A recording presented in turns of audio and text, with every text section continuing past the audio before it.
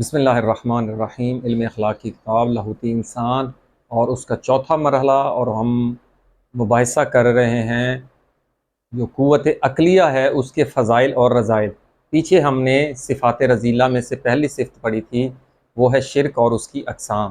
آج دوسری جو صفات رذیلہ میں سے ہے وہ ہے کہ عقل کو استعمال نہ کیا جائے بلکہ وہم کو استعمال کیا جائے، تو یہ ہوتا ہے مکر اور ہیلہ۔ اور اس کی حقیقی تعریف یوں ہوگی کہ اپنے قوت شہویہ یا اپنی قوت غضبیہ کے مقاصد کو حاصل کرنے کے لیے انسان مکر و ہیلہ سے کام لے، ایک ایسا بہانہ بنائے جو کسی کو دھوکہ دے، یعنی جو جس شخص کے لیے وہ ہیلہ بہانہ بنا رہا ہے وہ شخص اس سے غافل ہو۔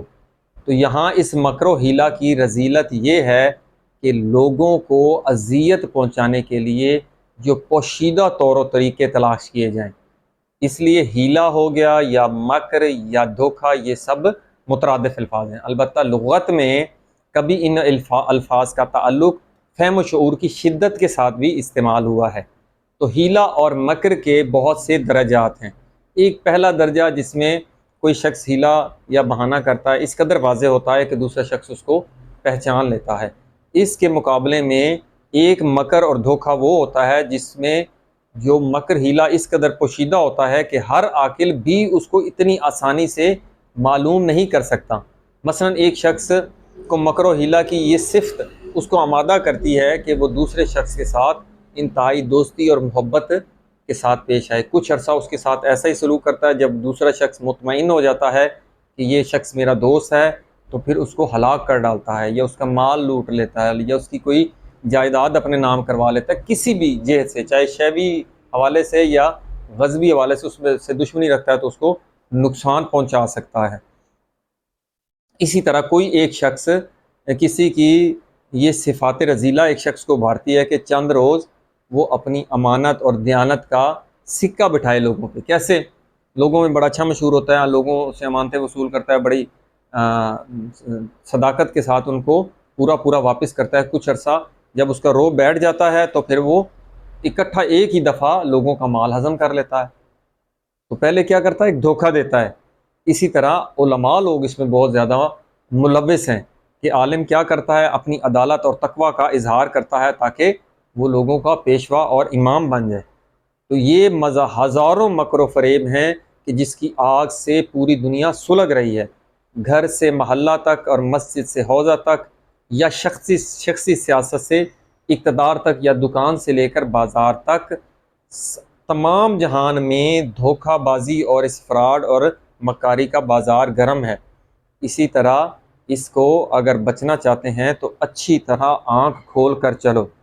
تو یہاں پر اب مصنف کیا کہتا ہے کہ آپ کے لیے واضح ہو جانی چاہیے کہ صفت مکر ایک عظیم ہلاکت کا گڑھا ہے، اس لیے کہ اعلیٰ ترین صفات شیطانی اور عظیم ترین لشکر ابلیس میں سے یہ ایک ہے، اور اس کا گناہ ظاہری جو کسی کو اذیت دی جاتی ہے اس کی بنسبت بہت زیادہ ہے، کیونکہ ظاہری ایذا رسانی میں کسی کو ظاہری تکلیف دینے سے انسان پہلے آگاہ ہو جاتا ہے اور اپنی احتیاط اور اپنی حفاظت کر لیتا ہے اور اس اذیت کو دفع بھی کر سکتا ہے کسی حد تک۔ لیکن جو شخص غافل ہے، یعنی کسی کو دھوکہ دے کے اسے پتہ ہی نہ ہو، تو پھر وہ احتیاط بھی نہیں کر سکتا۔ اس لیے ہیلہ باز جو مکار دوستی اور صداقت کے لباس میں آراستہ ہو کر آتا ہے اور پہلے احسان اور خیر خواہی جتلاتا ہے۔ اس لیے پیغمبر خدا صلی اللہ علیہ وآلہ وسلم فرماتے ہیں کہ جو شخص مکر و ہیلہ کرے وہ ہم میں سے نہیں۔ اسی طرح مولا علی علیہ السلام کیا فرماتے ہیں کہ اگر عاقبت مکر و ہیلہ کی آتش جہنم نہ ہوتی، کیونکہ یہ جو مکر انسان کرتا ہے یہ انسان کے لیے جہنم بنتی ہے، مجسم ہوتی ہے، تو یہی مولا فرما رہے ہیں کہ اگر عاقبت مکر و ہیلہ کی آتش جہنم نہ ہوتی تو میں سب سے بڑھ کر مکر کرنے والا ہوتا۔ یعنی میں جانتا ہوں اس قوت وہمیہ کو، قوت عقلیہ سب کو۔ تو پھر آپ آہ کھینچتے ہوئے دوبارہ فرماتے ہیں کہ افسوس مجھ سے مکر کرتے ہیں لوگ، جو آپ کو جانتے ہیں جو ان کے دشمن مکر کرتے تھے، حالانکہ وہ لوگ خوب جانتے ہیں کہ میں ان کے مکر کو اچھی طرح سمجھتا ہوں، یعنی ان کے دھوکے میں نہیں آتا، عام لوگ جیسے دھوکے میں آ جاتے ہیں، اور ان کے مکر و ہیلہ کو کے طریقوں کو بھی پہچانتا ہوں، لیکن جانتا ہوں کہ مکر و ہیلا کا نتیجہ آتش جہنم ہے، اس لیے میں ان کے مکر پر صبر کرتا ہوں۔ وہ مرتکب مکر ہوتے ہیں لیکن میں مرتکب مکر نہیں ہوتا، کیونکہ جب اعمال مجسم ہوں گے بروز قیامت تو مکر و ہیلا ایک شیطانی صورت میں مجسم ہوگا۔ یہی وہ قرآن کی آیت ہے کہ مکرو، وہ لوگ، انہوں لوگوں نے اللہ سے مکر کیا، اور کیا، ومکر اللہ، اور مکر اللہ، پھر اللہ تعالیٰ نے مکر کیا، لفظی معنی یعنی تدبیر کی، واللہ خیر الماکرین، اللہ بہترین تدبیر کرنے والا ہے۔ تو مکر سے مراد یہ ہے کہ اللہ تعالیٰ نے ان کے جو مکر کے اعمال جو انہوں نے انجام دیے ہیں ان کے مجسم کر کے ایک جہنم بنا دیا، یہ ان لوگوں کو پتہ بھی نہیں ہے۔ تو یہ ہے اللہ کا مکر، یہ اللہ کی تدبیر ہے۔ اسی لیے مصنف کہہ رہا ہے کہ لاہوتی انسان، اس مکر و ہیلا کی تعریف بھی ہمیں پتہ چل گئی، اس کے آثار نشانیاں بھی ہمیں پتہ چل گئیں، تو اب اس کا علاج کیا ہے؟ تو ایک علاج ہے کہ انسان عاقبت کو دیکھے کہ عاقبت میں، آخرت میں جو مکر ہے اس کا انجام اور نتیجہ کیا ہے۔ اس کا نتیجہ جہنم ہے اور ان شیطان کی ہم نشینی ہے اس عالم میں۔ تو یہ جب یہ پتہ چل جائے گا تو انسان اس سے خوف کھاتا ہے۔ کیوں؟ پیغمبر خدا نے فرمایا، ایک یہ حدیث سے بھی انسان ذہن میں رکھے کہ من حفرا بئرن، جس نے ایک کنواں کھودا، کس کے لیے؟ لأخی، اپنے بھائی کے لیے، باقا آفی ہے، وہ خود اس میں گر پڑتا ہے، گرے گا، جیسا کرو گے ویسا بھرو گے، جیسا بو گے ویسا کاٹو گے۔ تو انسان جو کسی کو اذیت دینے کے لیے وقتی فائدہ اٹھاتا ہے، بعد میں اسی طرح اس کو بھی اس کا پھل ملتا ہے، وہ بھی اسی طرح اذیت میں آتا ہے۔ یہ ہو گیا پہلا علاج کہ عاقبت پر غور و فکر کرے۔ دوسرا علاج کیا ہے؟ مکر کی ضد ہے، وہ یوں ہے کہ انسان وہ نیکیاں جو مکر و ہیلا کی ضد ہیں وہ انسان ان کو بجا لائے، مثلا مسلمانوں کی خیر خواہی کرے دل کے ساتھ، اور اس کی خوبیوں اور اس کے محاسن وغیرہ پر انسان غور و فکر کرے۔ تو بس یہ قوت وہمیہ، یہ ایک شیطانی تصرف اور استعمال کا نتیجہ ہے۔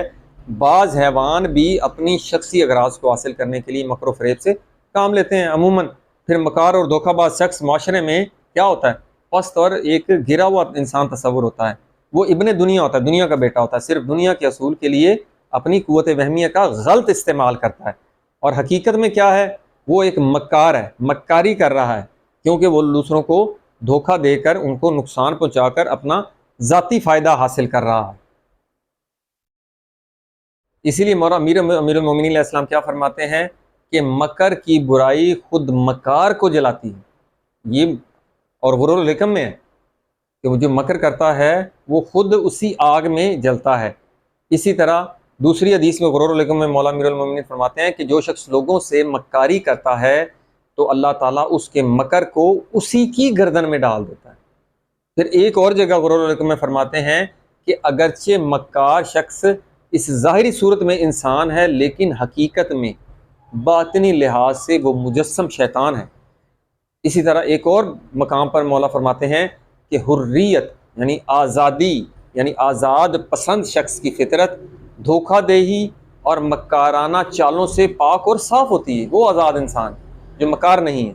اسی طرح ایک اور جگہ پر فرماتے ہیں کہ اکثر ہیلا اور دھوکے باز ایسے ہیں کہ ان کو اسی وقت ان کی ہیلا گری پچھاڑ دیتی ہے، اسی وقت ان کو اس کا نتیجہ مل جاتا ہے۔ تو ایک اور جگہ فرماتے ہیں کہ جو دھوکہ دہی اور مکاری سے اس کے واقع ہو جانے سے پہلے اجتناب نہیں کرتا، دھوکہ دینے سے پہلے اس رک نہیں جاتا، اور اس مکاری کے واقع ہو جانے کے بعد وہ اس مکاری پر اگر وہ افسوس کرتا ہے تو اسے کوئی فائدہ نہیں دے گا، کیونکہ اس نے حقوق العباد، کسی کو شخصی اذیت دی ہے۔ اسی طرح مصنف کیا کہہ رہا ہے کہ اگرچہ ہر قسم کی جو مکاری ہے وہ شیطنت ہے، لیکن اس مکاری کے موارد اور موضوعات مختلف ہیں، اس لیے ان کی کہ کس قدر کبیح ہے اور کس قدر شریر ہے، اس لحاظ سے ان کے مراتب بھی ہیں۔ اس لیے مولا امیر المومنین فرماتے ہیں کہ جس برائی اور شر کو اچھائی اور نیکی کا لبادہ اوڑھانا سب سے بڑی مکاری ہے اور دھوکہ بازی، کہ انسان لباس اندر سے گندا ہے اور باہر سے اس نے لبادہ اوڑھا ہوا ہے کہ میں نیک بنا ہوا، یہ عالم دین، تو اس کی مثال وہی لیٹرین والی ہے، باہر سے صاف ستھری ہے اور اندر سے گند سے بھری ہوئی ہے۔ تو اس لیے ہمیں کیا چاہیے اس صورت میں، جب انسان اپنے نفس کی مکاری سے انسان کو محفوظ رہنا چاہیے، اور کیا کیسے کہ انسان اپنے آپ پر حسن ظن نہ رکھیں، کیونکہ یہ حسن ظن جو ہے یہ شیطان کی مکارانہ چالوں اور پھندوں میں سے ایک سب سے بڑا اور مضبوط بندہ ہے۔ انسان خود پسندی میں، حسن ظن میں مبتلا ہو جاتا ہے، تو پھر وہ جو بھی غلط کام کرتا ہے وہ کہتا ہے کہ جی میں صحیح ہوں۔ تو اس لیے جو اپنے نفس کو اس عیب اور نقص، خود پسندی اور اس حسن ظن والے ایک برائی سے اگر اپنے آپ کو کنٹرول کر لیتا ہے تو پھر اللہ تعالیٰ کی مدد اس کے شامل حال ہوگی۔ اسی طرح مولا میر المومنین غرور الحکم میں کیا فرما رہے ہیں کہ بینا ترین اور بابصیرت شخص وہ ہے جو اپنے عیب اور نقائص سے بینا اور آگاہ ہو جائے۔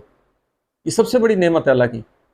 حتیٰ کہ ایک اور جگہ آیا ہے کہ جو آپ کو اپنے عیب بتائے، چاہے آپ کا دشمن ہی کیوں نہ ہو، تو اس لحاظ سے تو وہ آپ کا محسن ہے، کیونکہ آپ اپنے عیب سے آگاہ نہیں ہو رہے، وہ آپ کو آپ کے عیب سے آگاہ کر رہا ہے۔ تو پھر انسان کو اپنی اصلاح کرنی چاہیے اور اس بیماریوں کو، روحانی بیماریوں کو جڑ سے اکھاڑ کے پھینکنا چاہیے۔ اور جیسا کہ یہ تبھی ہوتا ہے جب انسان خود متوجہ ہو اپنے نفس کی طرف، اور جب اس کی باطنی آنکھیں کھل جائیں، جیسا کہ امام نے فرمایا جب باطنی آنکھیں کھل جاتی ہیں تو پھر انسان کو اپنے عیوب دکھائی دینے لگتے ہیں۔ تو اللہ تعالیٰ جب انسان کو اپنے عیوب سے آگاہ کرے تو پھر اس کو جڑ سے اکھاڑنے کے لیے انسان کو متوجہ ہونا چاہیے۔ الحمدللہ رب العالمین۔